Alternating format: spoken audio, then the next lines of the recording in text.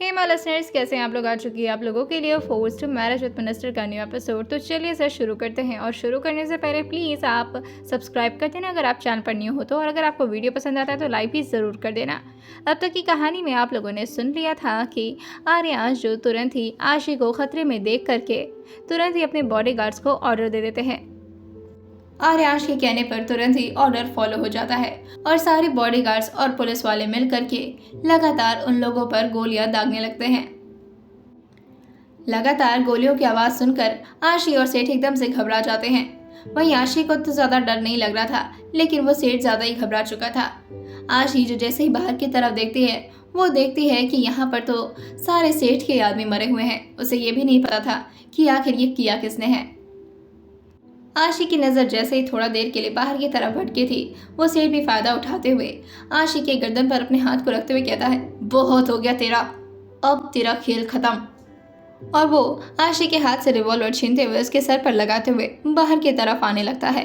वहीं आर्यांश और सारे बॉडीगार्ड और पुलिस वाले जो कि उसी तरफ आगे बढ़ रहे थे। आशी जो इस वक्त सेठ के बंदूक के पॉइंट पर थी और इसे देख करके आर्यांश थोड़ा घबरा जाते हैं। आर्यांश जो उस आदमी के सामने आते हुए कहते हैं, खबरदार खबरदार, जो उसे कुछ हुआ तो जान लेना, यहीं गाड़ दूंगा।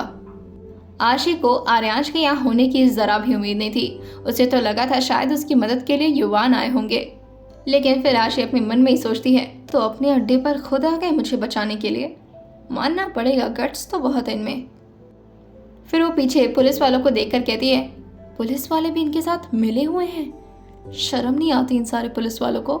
आर्यांश जो सारे पुलिस वालों को ऑर्डर देते हुए कहते हैं, जाके देखो अंदर लड़कियां ठीक हैं या नहीं, और उन्हें तुरंत ही बाहर ले आओ। वही वो सेठ जो कहता है, डर नहीं लग रहा है, इस लड़की को यहीं पर उड़ा दूंगा। आर्यांश जो बेधड़क होकर उस आदमी के सामने चले आ रहे थे।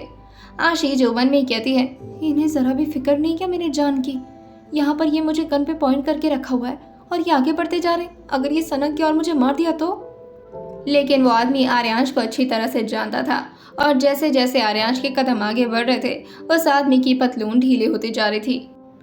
आर्यांश जो अब एकदम उस आदमी के करीब आ चुके थे और उससे कहते हैं, हिम्मत है तो चलाओ गोली, उसके बाद तुम्हारा क्या हश होगा जानते हो ना। वो आदमी एकदम से आशी को अपने आप से दूर झटकता है और आर्यांश के सामने गिड़गिड़ाता हुआ कहता है, साहब मेरी कोई गलती नहीं है, आप मुझे प्लीज़ मत मारो, आपको मारना तो आप जाकर के महेश्वरी साहब को मारो ना, हम लोग तो छोटे मोटे आदमी हैं साहब, बस गुंडागर्दी कर लेते थोड़ी सी। और ये बोल कर कि वो आर्यांश के कदम के पास एकदम से गिर जाता है और बंदूक को भी दूसरी तरफ फेंक देता है। आशी को लगा था शायद ही उसका कोई ट्रिक होगा, लेकिन जैसे वो बंदूक फेंकता है, आशी समझ जाती है कि ये सच में आर्यांश के सामने डर गया है। आशी जो अपने सामने खड़े आदमी को देखकर कहती है, मानना पड़ेगा इस आदमी को, मतलब इतना खौफ, लेकिन माजरा क्या है, ये महेश्वरी को इनसे मारने के लिए क्यों कह रहा है, ये तो खुद ही महेश्वरी को पैसा देते होंगे ना। वही आर्यांश उसके बालों को पकड़कर उसे खड़ा करते हुए कहते हैं, महेश्वरी को कॉल कर दे कि उसका बुरा वक्त अब शुरू हो चुका है। मैंने कहा था ना, जिस दिन लड़कियां सेफली अपने घर पहुंचेंगी वो मरेगा। अब तक तो इन लड़कियों के आड़ में छुपा हुआ था और हर बार ये धमकी दे देता था कि अगर मैंने कुछ भी किया तो इन लड़कियों के साथ गलत हो सकता है, इसी वजह से चुप था मैं।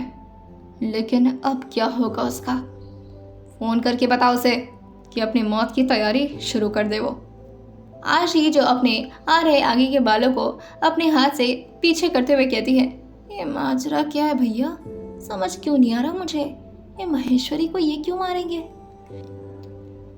आर्यांश आशी की तरफ बढ़ ही रहे थे कि तभी एक पुलिस वाला बाहर आते हुए कहता है, सर वो लड़कियां बहुत ज़्यादा डर गई हैं और जैसे ही मैं अंदर जाता हूँ वो सारी लड़कियां एकदम से कांपना शुरू कर देती हैं, कोई भी बाहर निकलने के लिए भी तैयार नहीं है सर।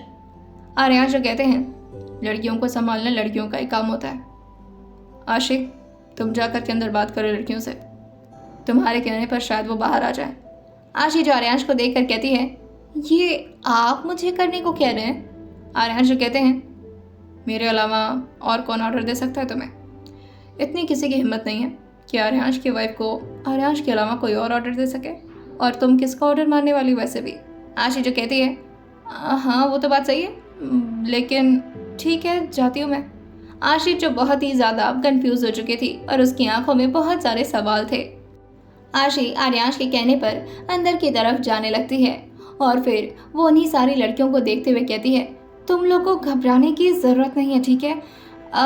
मैं एक लड़की हूँ और मैं यहाँ पर तुम लोग को बचाने के लिए आई हूँ। उसने जैसे इतना बोला था, एक लड़की जो धीरे से कहती है, आप भी उन्हीं के साथ मिले हुए हो ना?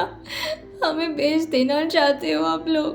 प्लीज़ मैडम, हमें यही रहने दो, हमें भूखा रखो, हमें मारना चाहो तो मार भी दो, लेकिन हमें यहाँ से नहीं जाना। आशी जो उन सारे बच्चों को देखकर एकदम से इमोशनल हो जाती है और उसकी आंखों से आंसू भी गिरने लगते हैं। आशी तुरंत ही अपनी आंखों के आंसू को पोंछते हुए कहती है, मैं तुम लोग को कोई विलन लगती हूँ? अरे यार, हीरोइन वाली पर्सनैलिटी है मेरी यार, ऐसे तो मत करो। आशी को अच्छे से समझ आ चुका था कि ऐसे तो मनाने पर वो लड़कियां बाहर नहीं निकलेंगी, जिसकी वजह से वो थोड़ा प्यार से उन्हें कन्विंस करने की कोशिश कर रही थी और थोड़ा फनी वे में। आशी जो अपने शर्ट के स्लीव्स को ऊपर फोल्ड करते हुए कहती है, देखो तुम लोग की वजह से ना बहुत ज़्यादा सह कर आई हूँ मैं। इतने दूर से ऑटो ड्राइव करके आई, फिर यहाँ पर इतने लड़कों से लड़ाई भी किया मैंने, और यहाँ पर देखो मुझे खरोच भी लग गई है। आशी के गर्दन पर हल्की सी खरोच लग गई थी लड़ाई करते वक्त। वो फिर से जैसे ही आगे बढ़ने को आती है, सारी लड़कियां डर डर के पीछे होने लगती हैं। अगर ऐसे ही डर डर के जीना है तो फिर यहीं पर रह जाओगे, अपने घर वापस जाना है ना तुम लोगों को। आशी की आवाज़ में अब धीरे धीरे उन लोगों को थोड़ा बहुत विश्वास होने लगा था। वही एक छोटी लड़की जो खड़े होते हुए कहती है, मुझे अपने घर जाना है दीदी, प्लीज़ मुझे ले चलो।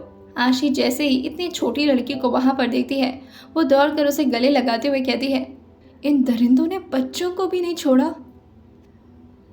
आशी जो कहती है, बिल्कुल घबराने की ज़रूरत नहीं है, यहाँ पर कुछ पुलिस वाले हैं जो कि तुम्हारा ख्याल रखेंगे और तुम्हें अपने अपने घर पहुँचा देंगे। मुझ पर भरोसा हो ना हो, लेकिन अपने देश की वर्दी पर तो भरोसा है ना तुम्हें।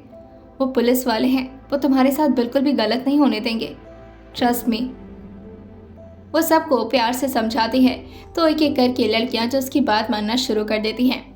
आशी जो उन लोगों के लिए रास्ता खाली करते हुए कहती है, एक एक करके आप लोग बाहर निकलिए। हाँ, वो अपने सामने खड़ी बच्ची को भी उसको गले लगाते हुए कहती है, तुम भी घर जाओ और अब तुम आज़ाद हो, ठीक है? वो लड़की एकदम से खुश होते हुए आशी से कहती है, थैंक यू दीदी, मुझे घर जाना था, थैंक यू सो मच। आशी जो कहती है, जल्दी जाओ। हाँ, और ये बोल करके वो उसे बाहर का रास्ता दिखा देती है। वहाँ पर से सारी लड़कियाँ जा चुकी थी। वहीं आशी भी जैसे ही बाहर निकलने वाली होती है, वो देखती है कि एक लड़की अभी भी कोने में पड़ी हुई है। आशी जो उससे कहती है, तुम्हें घर नहीं जाना? वो लड़की अपना सिर ना मिलाते हुए कहती है, नहीं, मुझे घर नहीं जाना। आशी जो कहती है, पर क्यों नहीं जाना? अगर तुम घर नहीं जाओगी तो फिर यहाँ तो तुम्हारे साथ बहुत गलत हो सकता है बेटा, तुम्हें मारा भी जा सकता है। वो लड़की जो कहती है, मेरे साथ घर पे भी गलत ही होता है दीदी, मैं यही ठीक हूँ। आशी जैसे ही सुनती है, उसको अपने कानों पर विश्वास नहीं होता। वो एकदम से अपना सर पकड़ कर नीचे बैठते हुए उसके सामने घुटने टेकते हुए कहती है, क्या क्या क्या गलत होता है तुम्हारे साथ? कौन गलत करता है मुझे बताओ, मैं उसकी हड्डी पसली एक कर दूंगी। आशी ने जैसे इतना तेज चिल्लाया था, वो लड़की और ज्यादा हदस जाती है और अपने दोनों हाथ को अपने सामने लाते हुए जोड़ते हुए कहती है, नहीं, मुझे मत मारिएगा। आशी जो कहती है, नहीं, मैं तुम्हें कुछ नहीं होने दूंगी, तुम इधर आओ मेरे साथ, और तुरंत ही खड़ी हो। आशी जो उसे जबरदस्ती खड़ा करते हुए कहती है, तुम्हें यहाँ से चलना होगा, ये जगह सेफ नहीं है, और तुम्हें जो भी बात करनी है ना, तुम आराम से मुझसे बाहर चल के करना, ठीक है? अभी परेशान मत हो, चलो यहाँ से, यहाँ पर अभी बहुत खतरा हो सकता है तुम्हें। आशी की बात सुन करके वो लड़की जो धीरे धीरे चलना शुरू करती है, लेकिन उसके पैरों में उसे बहुत ही तकलीफ हो रही थी, जिसकी वजह से वो हल्का लंगड़ाते हुए चल रही थी। आशी जो उसे देखकर कहती है, क्या हुआ, तुम्हें कोई दिक्कत है चलने में? आशी की बात सुन करके वो लड़की जो रोते हुए कहती है, नहीं, चलने में दिक्कत थी नहीं, लेकिन मेरे घर वालों ने दिक्कत दे दी। आशी जो कहती है, कैसी दिक्कत दे दी? आशी की बात सुन करके वो लड़की जो कहती है, यहाँ पर तो मेरे साथ कुछ भी गलत नहीं हुआ, लेकिन मेरे घर में मुझे बहुत गलत तरीके से टॉर्चर किया जाता था। आशी जैसे ये सुनते हैं, वो एकदम से उसे गले लगाते हुए कहती है, रोना बंद करो, कुछ नहीं होगा तुम्हें, मैं हूं ना तुम्हारे साथ। और आशी जो अपना सहारा देते हुए उसे बाहर ले आने लगती है। वहीं आर्यांश जो देखते हैं कि सारी लड़कियों को आशी बाहर ले आ चुकी है। आर्यांश जो आशी से कहते हैं, इसे जाने दो, मुझे तुमसे कुछ बात करनी है। आशी जो सर नाम हिलाते हुए कहती है, नहीं, ये किसी पर भी यहाँ पर विश्वास नहीं कर रही और इसका कंडीशन थोड़ा अलग है, इसे घर नहीं भेजा जा सकता। आर्यांश उस लड़की को तरफ एक बार देखते हैं और फिर आशी की तरफ देखकर कहते हैं, ऐसा क्यों, क्या हुआ इसके साथ? आशी जो कहती है, अभी नहीं बता सकती, आराम से बताऊंगी, इसके साथ मुझे जाना होगा। आर्यांश जो कहते हैं, एक काम करो, तुम इसे लेकर मेरी गाड़ी में चलो। और ये बोल करके वो आशी के साथ चलने लगते हैं। वहीं वो लड़की जिससे काफ़ी चलने में दिक्कत हो रही थी, आर्यांश उसे देख कर कहते हैं, इसके पैरों में कोई प्रॉब्लम है? आशी जो कहती है, हाँ, इसे चलने में दिक्कत हो रही है। वहीं आर्यांश अपने एक बॉडीगार्ड को अपने पास बुलाते हुए कहते हैं, इसे गोद में उठाओ और मेरे गाड़ी में ले जा करके आराम से बैठा दो। वो लड़की जो अपना सर नाम हिलाते हुए कहती है, नहीं नहीं, मुझे नहीं जाना इन्हें छोड़ करके। उसे इस वक्त सिर्फ आशी पर ही भरोसा हो पा रहा था। आशी जो कहती है, आप रहने दीजिए, मैं इसे ऐसे ही संभाल कर लेती जाती हूँ। आर्यांश जो कहते हैं, पर प्रॉब्लम क्या है, चले जाओ ना, तुम्हें बस गाड़ी तक ही जाना है, ये दीदी आ रही है तुम्हारे पास। वो लड़की जो तुरंत ही आशी को जोर से गले लगाते हुए कहती है, नहीं, मैं इन्हें छोड़कर नहीं जाऊंगी। आर्यांश जो कहते हैं, अच्छा ठीक है, तुम आराम से चलो, कोई दिक्कत नहीं और ना कोई जल्दी है। वहीं धीरे धीरे करके वो लड़की अब आर्यांश की गाड़ी के सामने आ जाती है। आर्यांश खुद ही आशी और उस लड़की के लिए अपने हाथ से गाड़ी खोलते हैं, लेकिन जैसे ही आशी उस लड़की को अंदर बैठाने वाली होती है कि तभी उसके दिमाग में कुछ घूम जाता है और वह एकदम से पीछे होते हुए कहती है, नहीं, आपके साथ नहीं जा सकती हैं लड़कियाँ। आर्यांश जो कहते हैं, क्या हुआ तुम्हें, अंदर बैठा उसे दिक्कत हो रही पैर में।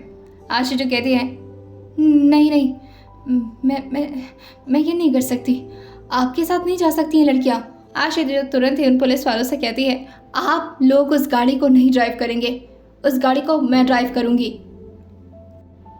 वो एक ट्रक जैसा था जो कि पुलिस कर्मचारियों के लिए ही था।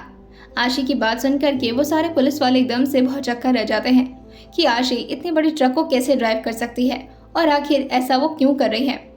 पुलिस वाले जो कहते हैं, पर मैम आप। आशी जो कहती हैं, मुझे कोई बहाना नहीं सुनना, मुझे आपके साथ नहीं जाना। आइए जानते हैं आखिर अचानक से आशी को क्या याद आ गया था जिससे वो आर्यांश की गाड़ी में बैठने से मना कर देती है। आइए जानते हैं आगे क्या होने वाला है इस कहानी में और सुनते रहिए फोर्स्ड मैरिज विद मिनिस्टर सिर्फ और सिर्फ स्टोरी विद सौम्य के साथ।